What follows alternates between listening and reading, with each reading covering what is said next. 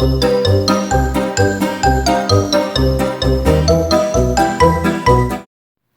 el nombre del Padre, del Hijo y del Espíritu Santo. Amén. Hola, ¿qué tal? ¿Cómo están todos ustedes? Buenos días, buenas tardes o buenas noches, dependiendo del horario en el que nos estén sintonizando. Les saluda con gran aprecio su camarada y amigo Rafita. Muchas gracias por escucharnos del otro lado.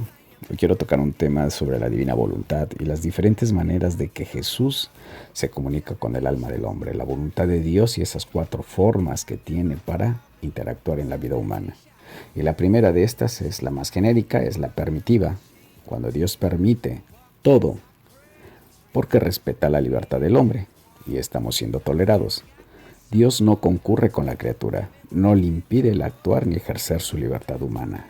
Esa es su voluntad permisiva. Es por eso que existe el mal en el mundo, porque Dios respeta la libertad del hombre.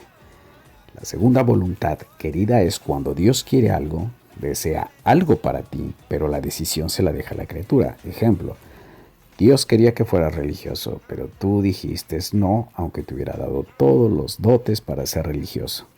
Eso es lo que Dios hubiera querido para ti, pero por no cumplirlo no tienes la culpa por no hacerlo, porque Dios te dio esa libertad personal, única, de decir dentro de la vida que Él te dio, de decir sí o decir no. En la voluntad ordenada de Dios, que es la tercera forma de su voluntad, aquí sí hay una orden expresa en que Dios dice, hagan esto o no hagan esto, que es el caso de los mandamientos. Aquí sí ya el hombre tiene culpa, si no hace caso o no la cumple, con esa voluntad ordenada. Es por eso que aquí se cumple algo muy doloroso. El alma de los condenados no es porque Dios no pueda librarlos del fuego del infierno, sino porque en la libertad del mismo ser humano, Él opta por estar en ese lugar. El mismo hombre, la misma alma desean estar separada de Dios y Él respeta eso.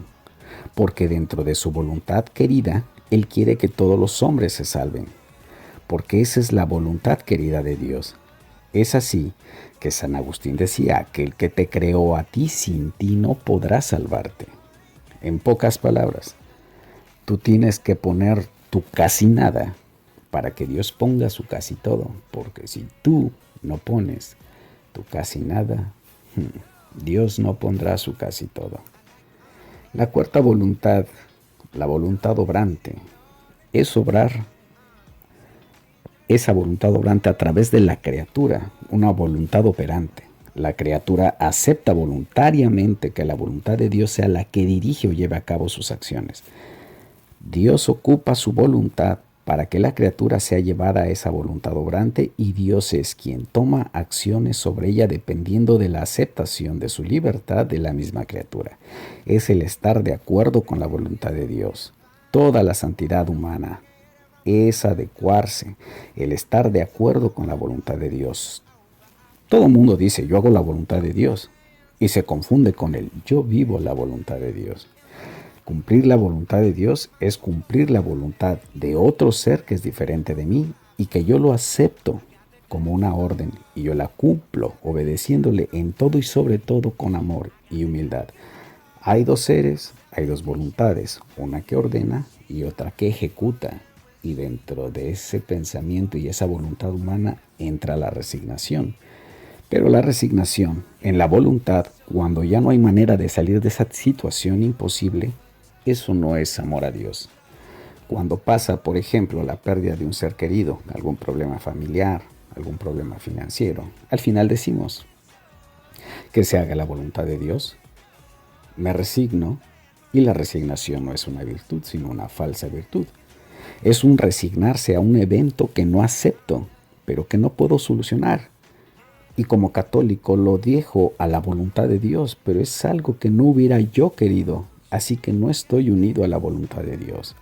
Lo contrario a todo esto es, si Dios lo quiere, yo lo quiero.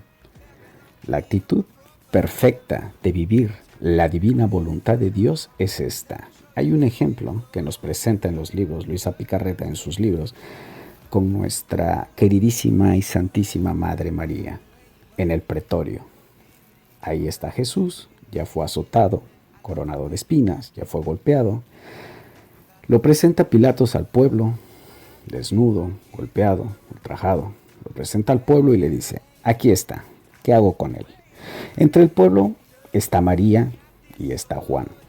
¿Qué habrán gritado ellos? ¿Qué habrán gritado Juan en su interior?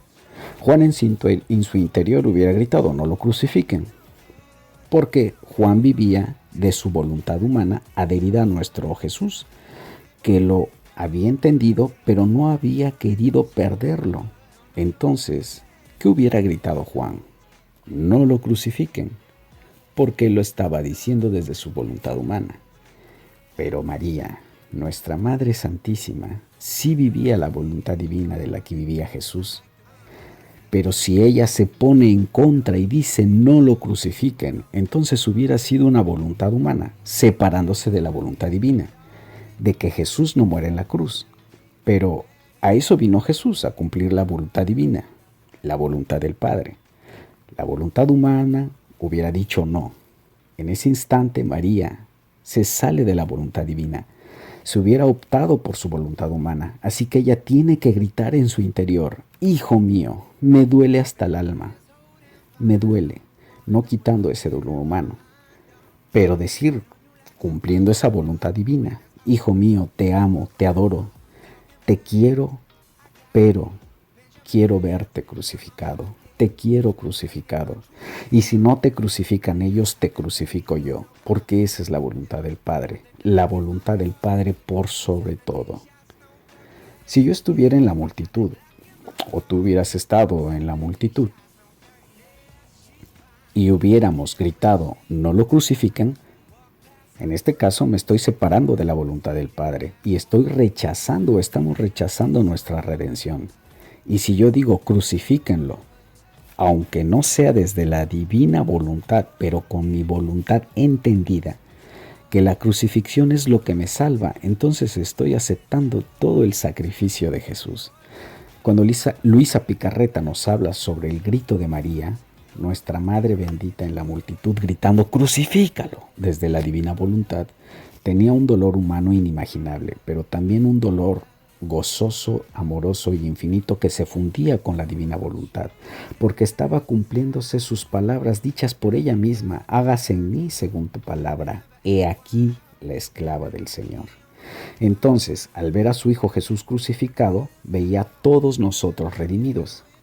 Aquí es donde se dice la Escritura, está pariendo y gritando con dolores de parto, porque los que estamos resurgiendo a la vida somos todos y cada uno de nosotros como hijos de María. El punto aquí de todo esto, pues es creer o no creer en Dios, o creer o no creer en Jesús. Por eso los fariseos gritaban, bájate de la cruz y creeremos en ti. ¿Por qué digo todo esto? Porque cuando yo voy, o tú vas y me postro ante Jesús para pedir, estamos ante el gravísimo peligro de perder la fe. Porque si no cumple con lo que estoy pidiendo en mi voluntad humana, entonces voy a decir, o no me oye, o no es cierto. Entonces es una manera de disminuir nuestra fe, cuando deberíamos de acrecentar nuestra fe de no llegar a pedir. Porque la petición nace de la carencia, y si hay carencia, entonces hay petición. Pero la persona que vive unida a Dios, no hablo de la divina voluntad, hablo de la normalidad en la religión católica. La persona que vive unida a Dios lo tiene todo. Lo malo es que el todo para el hombre no es el todo para Dios. Y el todo para el hombre es bienes materiales, bienes espirituales, en aspecto humano, familiar, amistad, de trabajo, todas esas cosas que las usamos para sustituir a Dios de nuestras vidas. Y el todo para Dios es Él. El día que el hombre realmente se una a Dios en totalidad, se cumplirá el Evangelio, cosa que no se ha cumplido, pues porque no hay personas o no habemos personas que nos entreguemos. Primero busca el reino de Dios y su justicia, y después todo lo demás se te dará por añadidura. Bueno, eso es todo lo que quería hablarles y compartir con ustedes. Gracias por escucharme. Les mando un mar de bendiciones. Arrivederci y chao, chao.